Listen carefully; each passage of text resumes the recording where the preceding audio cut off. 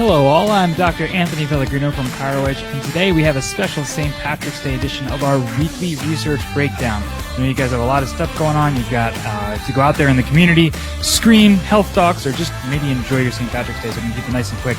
We're going to be going over 3 different topics today. We're going to be going over the research, the statistics behind chiropractic and absenteeism, basically employer-employee relationships and how implementing chiropractic into those can or cannot be beneficial. 2, epigenetics, because you asked and we answered. And then 3 is going to be the risk factors between low back pain. And the reason is because this week I was asked by somebody, is low back pain hereditary because my mom has it, my grandparents have it, or are my kids going to have it? And we're going to kind of break down those different topics with some recent research. The first thing that we're going to look at is a study from the Journal of Chiropractic Medicine called On-Site Chiropractic Care as an Employee Benefit, a Single Location Study. Basically, this is looking at employee benefits of having chiropractic implemented into a workspace. It's a law office it's a case study from a law office in Georgia. I think it's Sandy Springs, Georgia, that actually went ahead and they incorporated chiropractic wellness care once a week into their office. So when we talk about, so many of us talk about better adaptation to stress when we go do corporate lunch and learns. We tell people that their employees are going to be more productive. We tell people they're going to have increased productivity. We tell them they're going to have decreased sick days, right? But does the data actually support that? And this is a really good example. In the 3 years since this law office incorporated chiropractic wellness care as a benefit for their employees, in these 3 years since they did this, what they found was that their employees had 50% of the sick days taken as a national average. 50%, right? That's double the productivity, double the days that their employees are in work. And what they go ahead and they attribute to in this case study is the fact that they have chiropractic care on premises. So I'm not saying you need to go move your office to a chiropractic or to a law office or to a hospital or to wherever, right? And you don't have to move your office to where there are employees. But what you should know is that when you go out there and you reach out to business owners in your community, when you do your corporate lunch and learns, when you do whatever it is, know that there is data that supports for them to even have you in, for the HR department to have you in the first place. The fact that bringing in chiropractic to the office and whether they pay for it or not is going to be beneficial. This was by Dr. Minakazi as well as Dr. Russell. Like I said, it's called On-Site Chiropractic Care as an Employee Benefit, a Single Location Study. I'm going to go ahead. That's about all the information I think you guys need to know about. Next is going to be one of my favorite articles ever written on the topic of epigenetics. It's from a huge inspiration to me, Dr. Christopher Kent. It's an oldie, but it's a goodie. I'm going to post the link to it in the comments here, but it's from Dynamic Chiropractic, and it's from Dr. Christopher Kent, and it talks about legacy and lifestyle, epigenetics, and the potential for chiropractic. Basically, the whole reason that I'm fired up about chiropractic in general is because of this man, Dr. Christopher Kent. The reason I'm excited about research is because I've followed On Purpose not necessarily since before I was a student. I started looking at it while I was a student, but I went back and listened to all of the On Purposes since 1999 because the Life University Library had it, and that just keeps me fired up. It's a huge driving force for me. So Dr. Kent, Dr. Jen Tempo, thanks that you guys have all done for me personally, as well as thank you for so much of your contribution to our profession. But in this article, Dr. Kent talks about epigenetics. Now, in the 1953, I believe it was, Watson and Crick found or discovered the double helix model of DNA. And from that point, we basically had this thought process that was DNA is the blueprint, right? So we had this big nature, this is a blueprint, whatever our parents have, we're going to be predestined to. All right, then you go ahead and you have the nature-nurture debate that came in with so much of psychology as we came up from 1953. And now the question is, well, what is it? Is it nature? Is it nurture? Is it really 50-50? Oh, is there something where these two can actually meld? Out arises from that the concept of epigenetics, that yes, genetics, genes, they're there, right? We have them. But there's a process known as epigenetics in which those genes can be turned on and turned off. And that process is highly regulated, not only by adapting to stress in the body, but it's highly regulated by the lifestyle factors that we have. Bruce Lipton, PhD, who wrote The Biology of Belief, which is an amazing book, says that it is now recognized that the environment, and more specifically, our perception or interpretation of the environment, directly controls the activity of our genes. The environment controls genes activity through a process known as epigenetic control. So what is that saying? You hear so often that chiropractic, right? By allowing the nervous system to function better, it is going to allow us to be better able to adapt to physical, chemical, and emotional stress. So if the process of adapting to stresses is what influences epigenetic control, then by definition, chiropractic is going to go ahead and influence epigenetics, right?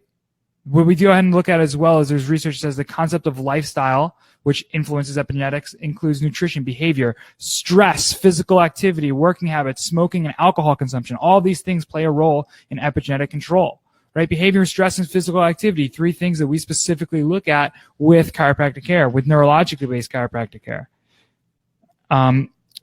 If you look at the closing remarks from Dr. Kent in this article, what he says is we now know that there are two ways that the correction of vertebral subluxation may affect genetic mechanisms.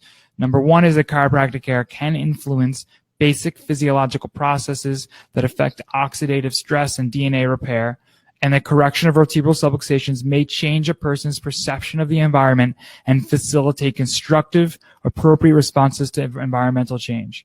We cannot put our patients in a bubble, right?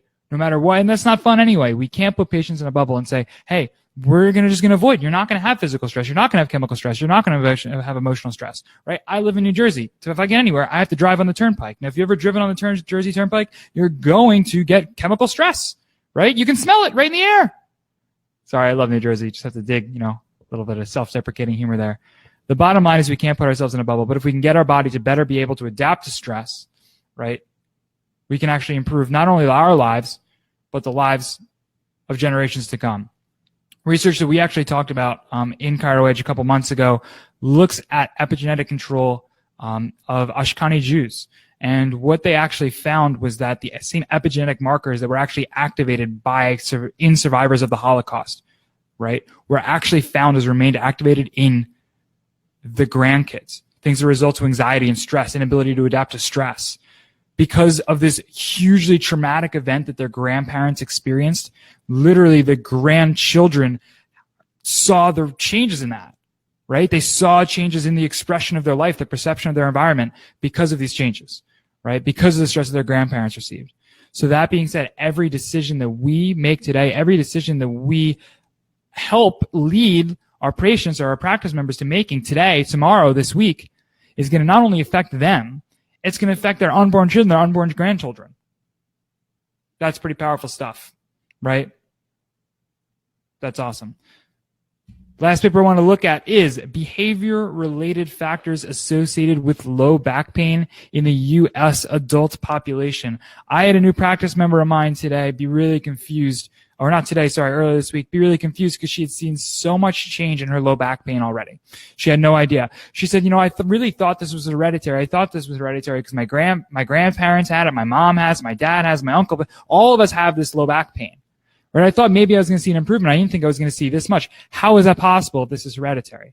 Right? Same thing with the nature-nurture debate. Same thing with the epigenetics that we just talked about.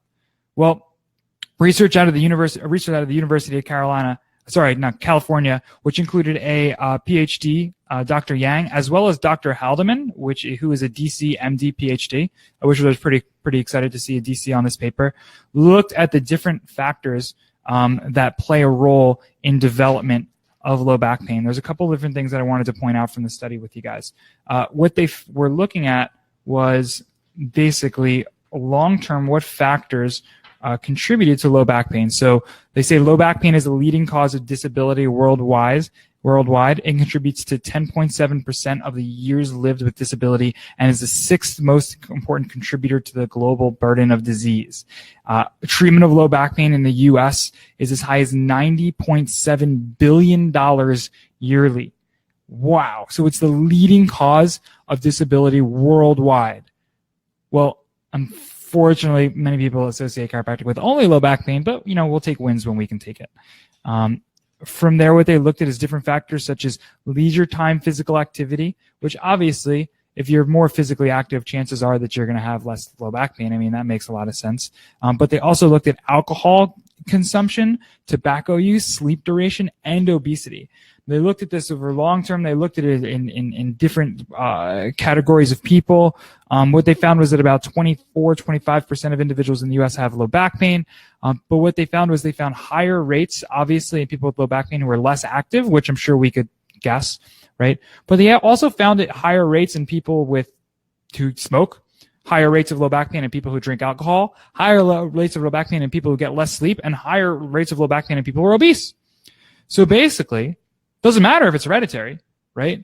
The health choices, once again, the health choices that we make today influences not only our lives, right, but the lives of generations to come. So hope that brought you guys a little bit of certainty here this week, understanding about the power of chiropractic, what the changes that we can make every time we give an adjustment. It's not just about today. It's about tomorrow. It's about years to come, generations to come. I'm Dr. Anthony Pellegrino from ChiroEdge. We're going to go ahead. We're going to have some memes up for you guys to share with your practice. If you guys want to have some custom branded material to your practice, please check out ChiroEdgeMedia.com. We have a 2-week free trial where you can get on board there. Dr. Anthony Pellegrino, looking forward to continue bringing you guys certainty in our research breakdown every single week. Thanks so much. Enjoy the rest of your St. Patrick's Day.